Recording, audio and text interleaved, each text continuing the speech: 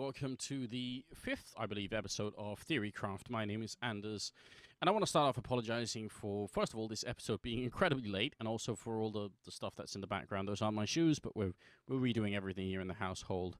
Got Teddy Bear with me, and also a new PC that I'll get back to in a different video, but I'm super excited about it, so I look forward to showing you guys.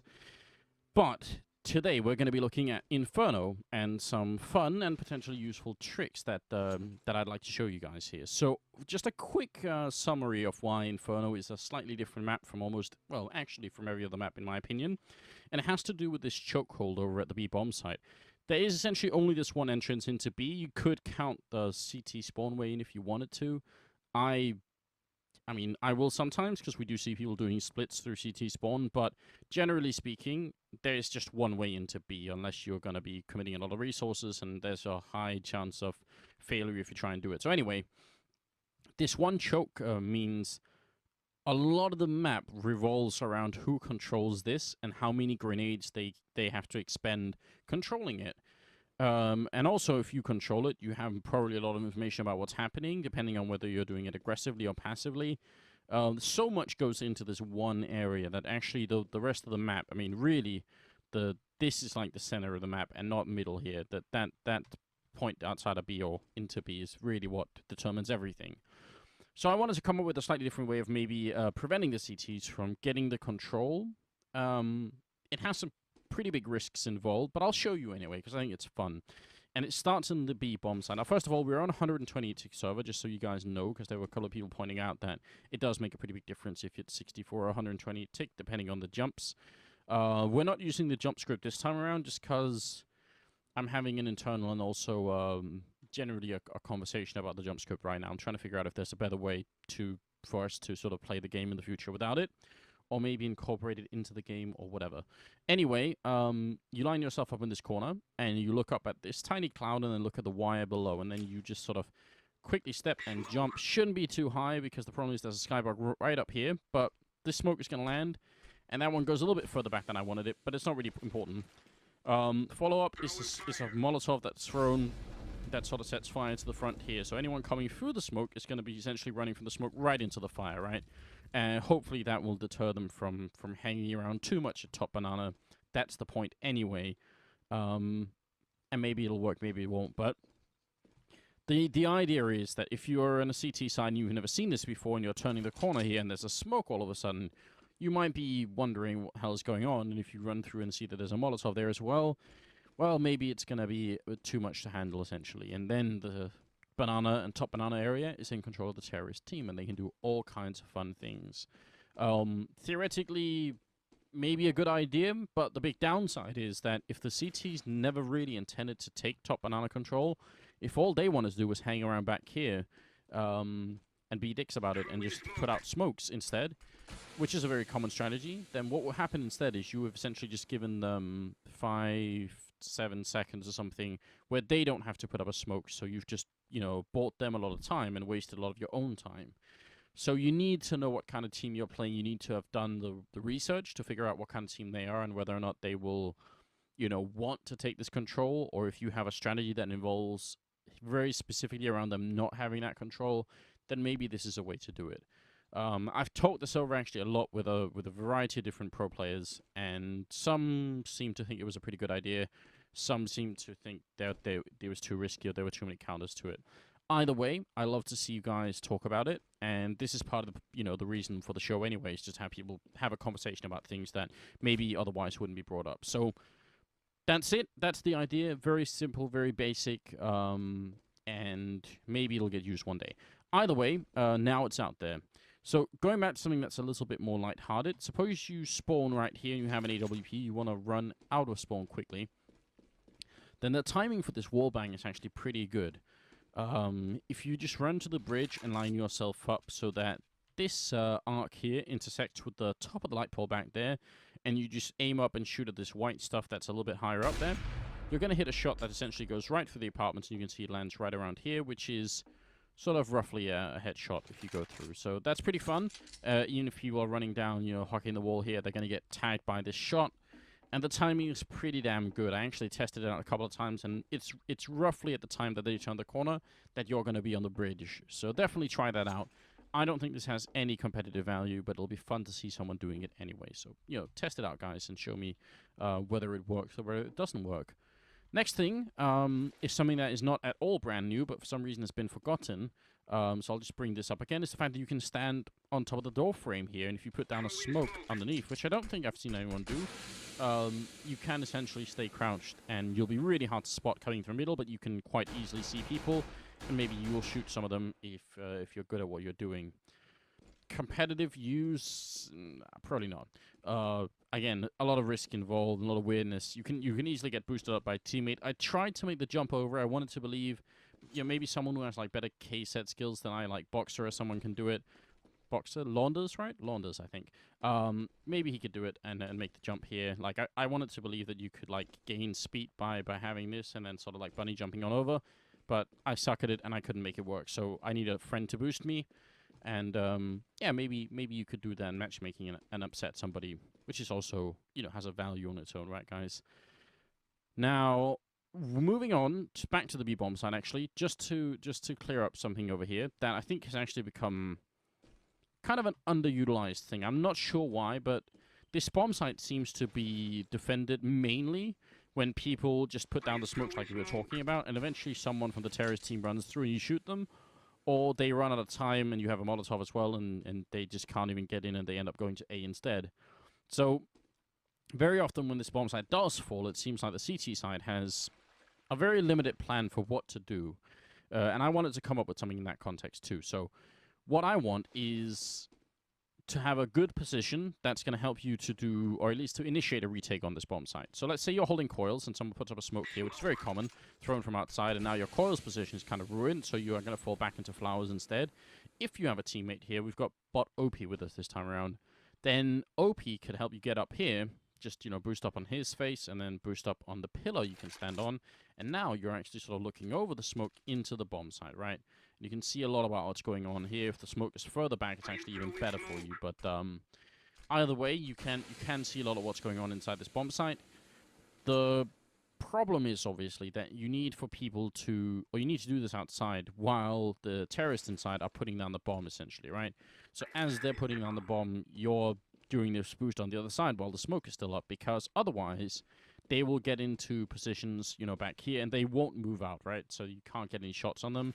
Maybe if you have a really good teammate, maybe OP here has a Molotov as well, and he's going to be putting it back here to essentially force someone out of the corner so that you can get your shot on them up here. A lot of things have to be, playing out just right for this to work, but I think it's worth worth the effort anyway, or at least worth checking out. So I'd love to see someone do that. Now, we're going to be moving on to the community challenge, which is going to be the end of all of this. But before we do that, we're going to take a look at something that's a little bit different, and a theory that we're going to introduce here. Again, we've had a couple of theories that have sort of been, put out in some of the previous videos, but now I actually want to do another one here. And we're going to call this theory firewalling, I think, because it sounds cool. It sounds action-packed already. You're thinking, wow, firewalling.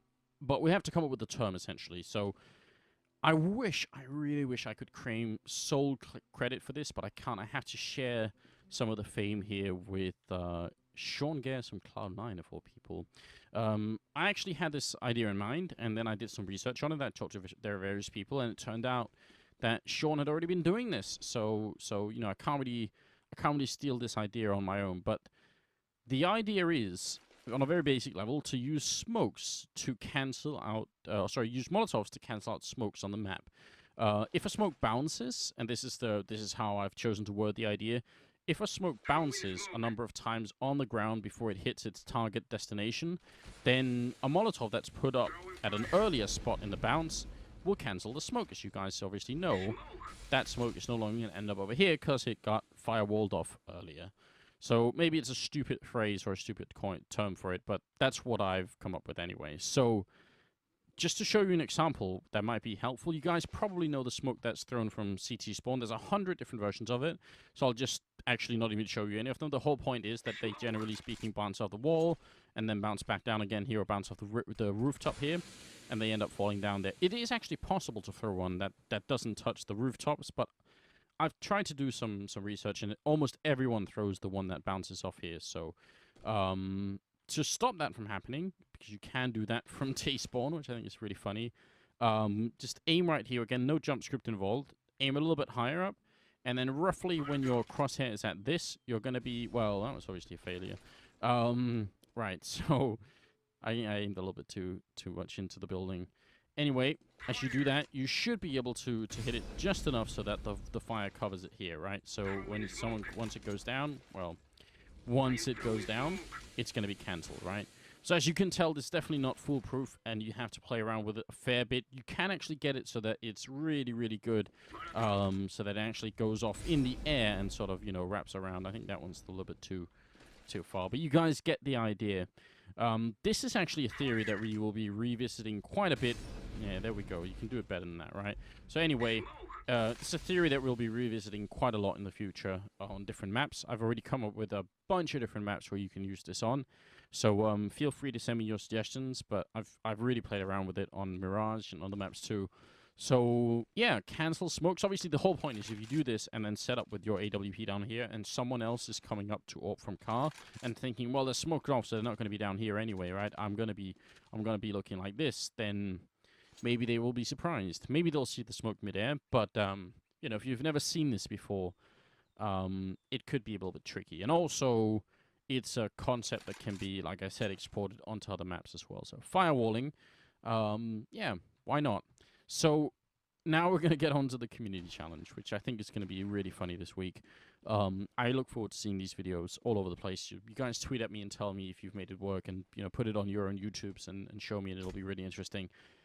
Here's the idea. Well, first of all, it sort of spawns off of the idea that there is not quite a one-way smoke, but a very annoying smoke you can throw in this bomb site, which if you're up on the box here and you throw the smoke down onto the wooden plate here, you can actually stand in this corner and you're really hard to spot. Anyone coming from the Mac lines here is going to have, you can see people all the way back here, but they are going to have a much harder time spotting you. I can assure you, it's not easy. So that can be annoying all on its own, and you can try and play around with that.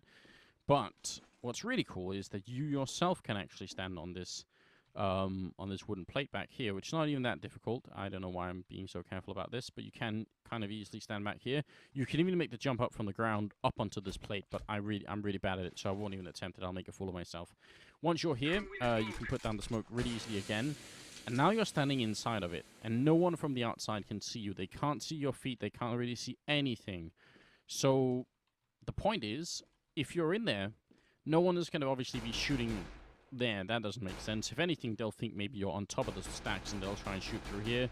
But if you're crouched, they won't hit you. And as you hear the bomb going down, you just simply jump out of the smoke and kill whoever is doing it. Maybe with a CSAT 75 or something quick like that. That's the idea. I can try and see if I can get OP, our good friend OP here, to stand on the ledge, just so you guys have a bit of a clue of what's going on here. Not entirely sure. Was that it? Yeah, that might have been it. All right, so he might be floating somewhere in the air there. I think that roughly works. Coming into the site, no visibility at all, right? It'll be hilarious. Trust me, people will be so angry if this works. Like, you're putting down the bomb, thinking it's all good, and suddenly OP appears out of nowhere. Not quite like that, but you get where I'm going with it, right? So that's the community challenge, guys. Go and do this in matchmaking. I am not actually even sure if that might not be... There might be some strategies that could work around this from a competitive point of view. I've tried to think about it, and there might be a couple that I could imagine. Still can't make this jump work. So anyway, that's pretty much it for Inferno this time around. A very tricky map in my opinion, and one that I've thought long and hard about whether or not it should at some point be changed.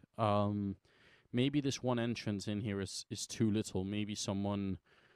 maybe there's like maybe someone could add some stairs back here, and maybe you could walk up and end up going down here to have a secondary entrance. It'd be a very different map. I mean, so much, not just this bomb site, but the whole map would change if you added this. So I'm not going to say that I'm a proponent of it, because I actually can't even think about all the ways it would be different. I'm just saying it's worth a thought anyway. I think somehow this entrance is a little bit too narrow, and it controls too much of the map. But that's just my opinion. I hope you guys enjoyed this video, and I hope you guys will, like the video and share it with your friends and subscribe to the YouTube channel. There is going to be more coming up. Amongst other things, there's a couple of things on Overpass that I wanted to play around with. And what's the other map? Oh yeah, we'll definitely be going back to train soon enough as well, because people have kind of got stuck on that map, and I released a couple of fun tricks on it. So that's going to be coming up too. For now, I will start packing, which is also the reason why everything is so chaotic back here. I'm going to Cologne tomorrow for the ESL ESCA tournament. So see you guys there, and I hope you guys will, we'll have a good time watching the tournament. Thanks for watching. This is Theorycraft, and I am Anders. So don't forget to go check out the other videos as well, and have a good evening.